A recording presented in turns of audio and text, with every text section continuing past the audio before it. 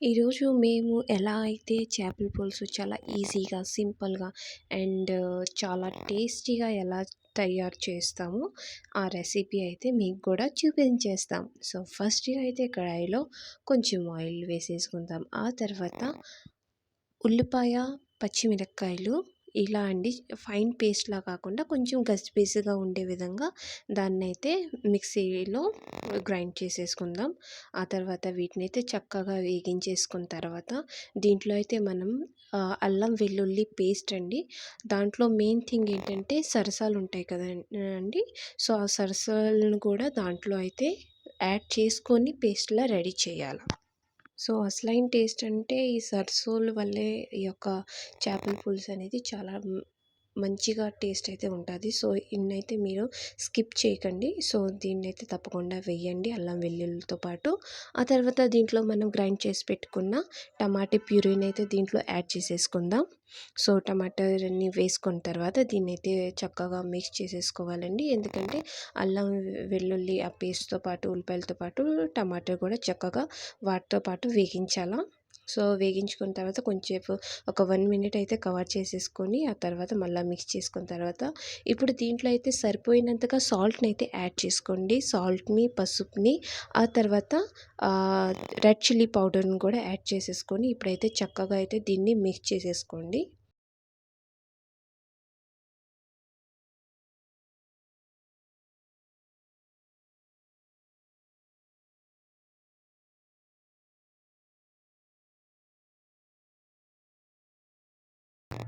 వీటన్నిటిని చక్కగా మిక్స్ చేసేసుకున్న తర్వాత ఇప్పుడైతే మేము గరం మసాలా దీంట్లో యాడ్ చేసేసుకున్నాం. గరం మసాలా ఇది హోమ్‌మేడ్ మసాలా అండి.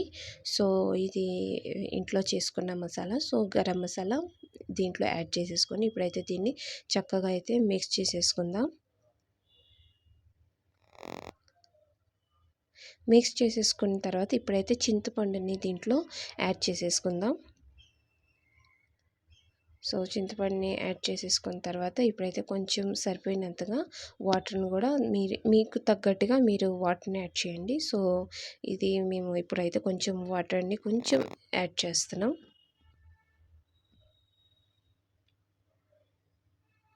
ఇప్పుడైతే దాన్ని చక్కగా మిక్స్ చేసిన తర్వాత ఇప్పుడైతే ఒక 5-10 మినిట్స్ అయితే దీన్ని చక్కగా అయితే మరిగించేస్తామండి.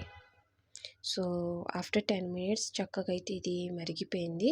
ఇప్పుడైతే మేము దీంట్లో చేపలనైతే వేసేసుకుందాం. సో, మేమేంటంటే చేపల్ని ముందుగానే మ్యారినేట్ చేసుకున్నాము ఇలా.